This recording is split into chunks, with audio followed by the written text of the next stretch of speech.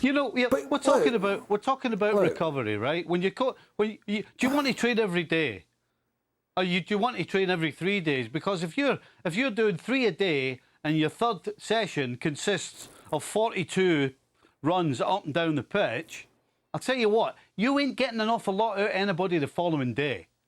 But he's not worried about the following day. He's worried about the following 6 months. Hey, he thinks it works. He doesn't think it works. He knows it works. Personally, I think it's the wrong thing to do. I think you're opening yourself up to getting players injured for a start. So I just don't. Right. He should be able to find a better way of getting them fit than just running the guts out of them. But this is his way, and I'm sure he's not just come up with this off his own bat. He's got fitness instructors, Stevie, that give him advice. Let's look at the facts.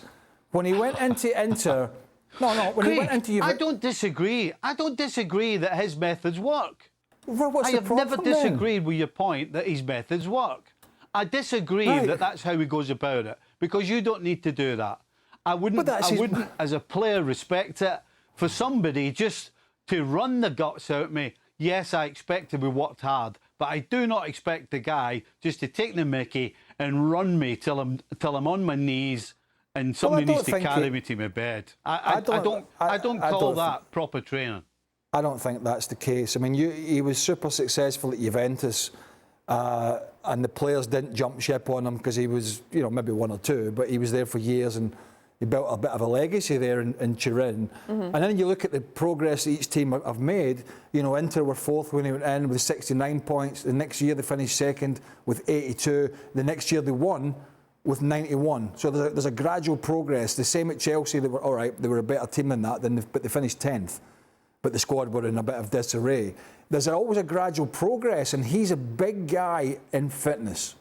Now, we go back to other things, Stevie, like, the throw-in coach at Liverpool, which sparked a big debate amongst people.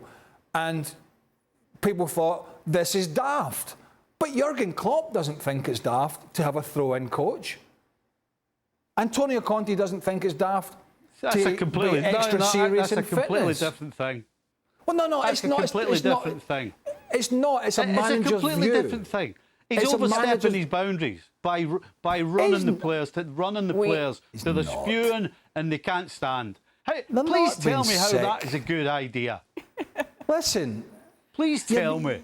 You're missing the point. It's his methodology. Everybody's done the pitch runs. And I'll tell you what, 42 on the third session of the day. Yep. Listen, we have to wrap it up, guys. Well, one second. It's not a different point. This is got, I'll show you. I'll tell you what, there you go. This has got not that I know what I'm doing. This has got, I'm in charge, you're going to do this, and I don't care. Get it done, or else you're out. And that's great coaching.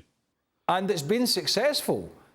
And to a point, it's about a manager's view of how his... Well, I heard you the 10th time you said he's been successful, and I haven't disagreed with you. I don't care if he's been successful. This has got nothing to do with the welfare of the players. This has got, I'm the big man, I'm in charge, I don't care what it is, you do it, and that's it. What do you call that? That's not coaching. Well, he is in charge, and he lives and dies by how his players react to him.